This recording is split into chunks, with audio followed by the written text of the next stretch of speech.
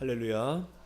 오늘도 하나님의 계보 안에 부르심을 받은 우리의 모습을 보면서 오늘도 복된 삶을 거침없이 담대하게 살아가는 이 한 날 되시기를 먼저 주님의 이름으로 간절히 축원합니다. 영상으로 예배드린 자리에도 동일한 은혜가 있을 줄 믿습니다. 오늘 말씀의 제목은 주 너의 하나님을 시험하지 말라입니다. 오늘 본문에는 예수님께서 공생애를 시작하시기 전 마주하셨던 광야의 시험이라는 주제가 나옵니다. 성경에서 광야는 단순히 메마른 땅이 아닙니다. 그곳은 하나님의 백성이 훈련받고 자신의 정체성을 확인하며 오직 하나님만을 의지하는 법을 배우는 거룩한 장소가 바로 광야입니다. 이스라엘 백성들은 출애굽 직후 홍해를 건너며 일종의 세례를 경험했고 곧바로 광야로 나가 40년이라는 긴 세월 동안 시험을 받았습니다. 오늘 본문의 배경도 이와 매우 흡사합니다. 예수님께서는 요단강에서 세례를 받으시고 하늘로부터 너는 내 사랑하는 아들이라고 하는 확증을 얻으신 직후에 성령에 이끌려 광야로 나가셨습니다. 이스라엘이 40년 동안 실패했던 그 광야의 시험을 예수님께서는 40일간의 금식과 기도를 통해서 온몸으로 마주하신 것입니다. 우리의 인생 역시 때때로 광야와 같습니다. 목적지를 향해 가는 여정 속에서 우리의 시선을 분산시키는, 그래서 본질을 잊게 만드는 수많은 낭만적인 유혹들이 도사리고 있습니다. 겉으로는 아름답고 달콤하게 보이지만 결국 우리를 본래의 사명에서 멀어지게 만드는 것이 바로 유혹의 본질입니다. 오늘 말씀을 통해서 우리 삶에 찾아오는 시험의 실체를 성경적인 관점에서 살펴보며 은혜를 나누고 기도의 제목을 삼고자 합니다. 첫째, 예수님은 우리를 구원하시기 위해 인간의 모습으로 시험을 이기셨습니다. 예수님은 우리를 구원하시기 위해 인간의 모습으로 시험을 이기셨습니다. 본격적인 시험에 앞서 누가복음 3장 뒷부분에 예수님의 족보를 길게 나열했습니다. 이 족보의 끝은 결국 그 위는 하나님이시니라라고 맺어집니다. 이것은 예수님이 누구신지, 즉 예수님이야말로 하나님의 아들임을 분명히 선포하는 것입니다. 그러나 동시에 우리가 주목해야 하는 것은 예수님께서 이 시험을 받으실 때 철저히 온전한 인간의 상태이셨다라는 점입니다. 40일 밤낮을 굶주리신 예수님, 우리와 똑같은 육체적인 한계에 부딪히셨습니다. 40일이라는 시간은 인간의 생물학적 한계치에 달하다는 시간입니다. 배고픔은 인간이 느끼는 가장 본질적이고도 강력한 욕구이며 생존과 직결된 문제입니다. 사단은 바로 이 지점을 공략했던 것입니다. 3절에 내가 만일 하나님의 아들이어든 이 돌들에게 명하여 떡이 되게 하라라고 하는 이 사단의 제안은 단순히 배고픔을 해결하는 권유가 아니었습니다. 그것은 예수님으로 하여금 인간으로서 겪어야 할 고난과 인내의 과정을 하나님의 권능을 사용해서 다 없애버리고 지름길로 가라라고 하는 그런 교묘한 유혹이었습니다. 여기서 우리가 깊이 묵상해야 할 점은 예수님에게 왜 이것이 시험이 되었느냐라고 하는 것입니다. 그것은 예수님께서 돌을 떡으로 만들 수 있는 능력이 있으셨기 때문입니다. 우리에게는 돌을 떡으로 만들 능력이 없기에 그것이 시험이 되지 않지만, 능력을 가진 예수님에게는 그 능력을 자신을 위해서 쓰고 싶은 유혹은 상상을 초월하는 것입니다. 만약 예수님이 여기서 자신의 배고픔을 해결하기 위해서 신적인 권능을 사용하셨다면 그분은 더 이상 우리와 같은 성정을 가진 인간으로서 우리의 고통을 체휼하실 수 없게 됩니다. 예수님은 우리의 죄를 대신 짊어지실 대속의 제물이 되기 위해서 그 극심한 허기와 갈증 속에서도 철저히 인간의 자리를 지키셨던 것입니다. 할 수 있음에도 불구하고 하나님의 뜻을 위해 하지 않은 것, 이것이 바로 예수님께서 우리를 위해서 견뎌내신 가장 위대한 절제이자 승리였던 것입니다. 히브리서 4장 15절입니다. 우리에게 있는 대제사장은 우리의 연약함을 동정하지 못하실 이가 아니요 모든 일에 우리와 똑같이 시험을 받으신 이로되 죄는 없으시니라.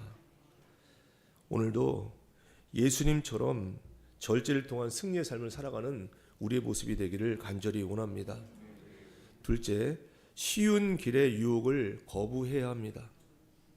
쉬운 길의 유혹을 거부해야 합니다. 사단의 치밀한 전략은 구속의 길을 가로막는 쉬운 길의 유혹에 있는 것입니다. 사단이 예수님을 시험한 궁극적인 목적을 우리는 정확히 꿰뚫어 보아야 합니다. 그것은 단순히 예수님을 도덕적인 죄에 빠뜨리는 수준이 아니었습니다. 사단이 가장 두려워했던 것은 예수님이 온전한 인간이 되어서 십자가의 길을 걸어가심으로 인류를 구원하시는 구속의 역사 그 자체였던 것입니다. 사단은 예수님이 십자가라고 하는 고통스러운 과정을 생략하고 하나님의 아들이라는 신적 권위만을 사용해서 세상을 통치하기를 원했던 것입니다. 돌을 떡으로 만들라라고 하는 이 유혹은 굳이 왜 인간의 몸으로 굶주리고 고통받느냐, 너는 하나님의 아들이니 그 권능을 써서 편한 길로 가라라고 하는 그런 속삭임인 것입니다. 이것은 예수님을 인간의 자리에서 신의 자리로 돌려보내어 결국 십자가 대속의 죽음을 불가능하게 만들려고 하는 사단의 치밀한 전략이었던 것입니다. 사단은 예수님이 하나님의 아들임을 누구보다도 더 잘 알고 있었기에 그 정체성을 역이용해서 사명의 본질을 훼손하려고 했던 것입니다. 만약 예수님이 사단의 말대로 신적인 능력으로 모든 문제를 해결하셨다면 인류는 여전히 죄 가운데 머물러 있었을 것입니다. 오늘날 우리에게도 사단은 동일한 방식으로 유혹을 합니다. 다가옵니다. 사단은 우리에게 네가 하나님의 자녀인데 왜 그렇게 힘들게 사느냐, 세상의 방법과 너의 능력을 동원해서 더 쉽게 더 화려한 길로 가라라고 그렇게 유혹을 합니다. 좁은 길, 십자가의 길 대신 넓은 길로 가라, 영광의 길로 가라라고 그렇게 그 길만 보여주면서 우리를 현혹한다는 얘기입니다. 그러나 예수님은 광야의 실패자였던 이스라엘을 대신해서 두 번째 아담으로서 그 시험을 이겨내셨습니다. 예수님은 떡보다 더 중요한 것이 하나님의 말씀이며 하나님의 뜻을 이루는 것이 바로 인간의 생존보다 우선임을 삶으로 증명해 보이셨던 것입니다. 사순절을 보내고 있는 우리들, 마주하고 있는 경제적인 결핍이라든지 사회적인 성공의 유혹 앞에서 우리가 붙들어야 할 것은 떡이 아니라 하나님의 입으로부터 나오는 말씀임을 절대 잊지 마시기 바랍니다. 마태복음 7장 13절 14절 말씀에 좁은 문으로 들어가라. 생명으로 인도하는 문은 좁고 길이 협착하여 찾는 이가 적음이라 라고 말씀합니다. 오늘 좁은 길로 들어가라고 하시는 그 말씀의 앞에서 오늘 쉬운 길의 유혹을 거부하고 오늘 주님의 말씀 앞에 말씀에 따라 순종하며 사는 오늘 우리의 삶이 되기를 간절히 원합니다. 끝으로 승리의 절대적 비결은 성령 충만입니다. 승리의 절대적 비결은 성령 충만입니다. 그렇다면 예수님은 그 극심한 육체적인 영적 시험을 어떻게 이겨내셨을까라고 하는 점입니다. 오늘 본문 1절은 그 비결을 성령의 충만함을 입어 성령에게 이끌리시며 라고 기록하고 있습니다. 누가는 복음서 곳곳에서 성령의 역할을 유독 강조합니다. 예수님 시험 역시 철저히 성령님의 통제와 인도 아래에 있었음을 보여주고 있는 것입니다. 예수님조차도 인간적인 연약한 인간의 몸을 입으셨을 때는 자신의 의지와 인내심에 의지하지 않고 성령께 모든 것을 의탁하셨던 것입니다. 우리는 여기서 성령 충만의 참된 의미를 다시 생각해 봅니다. 성령 충만은 단순히 뜨거운 감정이나 신비한 은사를 체험한 것에 그치지 않습니다. 그것은 내 인생의 주도권을 성령님께 온전히 내어드리는 인격적인 지배, 이것이 바로 성령 충만입니다. 술에 취한 사람이 술의 지배를 받아서 평소와 다르게 행동하듯이 성령에 충만한 사람은 성령의 가치관과 인도하심에 따라서 생각하고 반응하는 것, 이것이 성령 충만입니다. 예수님께서 성령에 이끌려 광야로 가셨던 것, 주님이 겪으신 모든 고난과 시험이 바로 하나님의 계획 안에 있었으며 성령의 능력으로만 극복 가능하다라고 하는 것을 시사하고 있는 것입니다. 또한 성령 충만은 기적이 상식이 되는 것이 아니라 하나님의 말씀이 우리 삶의 상식이 되는 인격적인 열매로 나타나는 것, 이것이 바로 성령 충만입니다. 성령의 9가지 열매 모두가 다 우리의 성품과 인격에 관한 것입니다. 예수님께서 성령의 능력으로 시험을 이기셨을 때 그것은 화려한 기적을 행하신 것으로 나타난 것이 아니라 하나님의 말씀에 순종하는 인격적인 승리를 보여주신 것입니다. 우리의 신앙생활도 마찬가지입니다. 우리는 흔히 자신의 결단과 노력으로 유혹을, 시험을 이길 수 있다고 착각하지만 인간의 의지는 한계가 명확합니다. 우리가 세상의 거센 시험 앞에서 무너지지 않는 유일한 방법은 날마다 성령의 충만함을 구하며 우리의 연약함을 성령님께 정직하게 고백하는 것뿐이 없습니다. 성령의 지배 아래 있을 때만 우리는 사단의 괴계를 넉넉히 물리치고 광야 같은 세상 속에서도 흔들리지 않는 믿음의 길을 걸어갈 수 있게 되는 줄 믿습니다. 우리 주님은 우리의 연약함을 누구보다도 더 잘 아시는 분입니다. 주님은 관념적으로만 우리의 고통을 아시는 분이 아니라 광야의 그 고독한 지독한 허기와 사단의 지배한 유혹을 온몸으로 겪어내신 분입니다. 그렇기 때문에 우리가 겪는 삶의 무게와 갈등, 때로는 넘어지고 싶은 그런 마음조차도 진심으로 주님은 동정하고 이해하고 계시는 분임을 기억하시기 바랍니다. 그래서 성경은 우리에게 말씀합니다. 히브리서 2장 18절에 그가 시험을 받아 고난을 당하셨은즉 시험 받은 자들을 능히 도우실 수 있느니라. 능히 도우실 수 있는 주님이 우리와 함께 하신다는 것을 기억하시기 바랍니다. 예수님은 시험에서 승리하심으로 이제 우리가 시험 당할 때 피할 길을 내시고 감당할 힘을 주시는 우리의 영원한 대제사장이 되셨습니다. 그러므로 이제 우리는 더 이상 홀로 시험을 싸우지 않는 것입니다. 자신의 의지를 믿지 마시고 우리를 위해서 이미 승리하신 예수 그리스도 성령님을 의지하시는 이 사순절기 되기를 간절히 원합니다.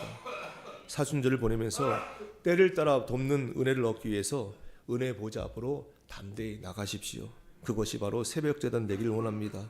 사순절 기간 동안 우리의 삶의 현장이 비록 거친 광야 같을지라도 성령의 이끌림을 받으며 주님이 주시는 참된 평안과 승리를 맛보는 그런 거룩한 백성 되시기를 주님의 이름으로 간절히 축원합니다. 기도하겠습니다. 하나님 아버지 은혜를 감사드립니다. 오늘도 새벽제단으로 저희들 불러주셨사오니 성령의 능력으로 거룩한 변화를 경험하는 저희들 모두가 되게 하여 주시옵소서. 주신 말씀 마음판에 깊이 새기게 하시사 광야 같은 시험 속에서도 성령의 이끌림으로 저희를 승리하게 하시며 사단의 유혹 속에서도 하나님의 말씀과 뜻을 분명히 붙들게 하여 주시옵소서.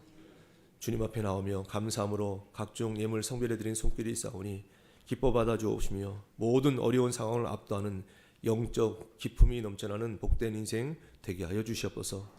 오늘도 저희들 합심해서 기도드립니다. 나라 민족을 위해서, 세계 열방을 위해서, 교회와 가정을 위해서 개인의 기도 제목과 중보 기도 제목 가지고 간절히 기도드립니다. 기도할 때마다 회복과 부흥의 마중물 되게 하여 주시고 이 땅과 우리 삶에 여호와 니시의 역사가 넘실되게 하여 주시옵소서. 기도하시는 한 분 한 분 믿음으로 환경의 매임을 거뜬히 돌파하며 은혜의 수혜자로서 영적인 승리를 경험하는 중보 기도자로 삼아 주시옵소서. 육신의 질고로 아파하는 이들마다 주님의 손이 터치하게 하시사 육신의 현실을 돌파하는 기적의 체험자가 되게 하여 주시옵소서. 오늘도 세상에 나가 살아갑니다. 어디를 가든지 무엇을 하든지 오직 하나님께만 영광 돌린 하루의 삶이요 열방의 소망 되시는 주님 안에 거함으로 절제하며 승리하는 삶을 살아내는 복된 날 되게 하여 주시옵소서. 하루 되어지는 모든 일정을 주님께 의탁드립니다. 오늘도 친히 저희 삶을 주관하셔서 굴곡진 환경과 처지를 뛰어넘는 갑절의 소망을 부어 주시옵소서. 오늘도 우리 기도에 응답해 주시고 친히 한 사람 한 사람 동행하시사 행복한 아침 감사한 저녁의 삶을 살게 하시는 우리 주님 예수 그리스도의 이름으로 감사하며 간절히 기도드리옵나이다. 아멘.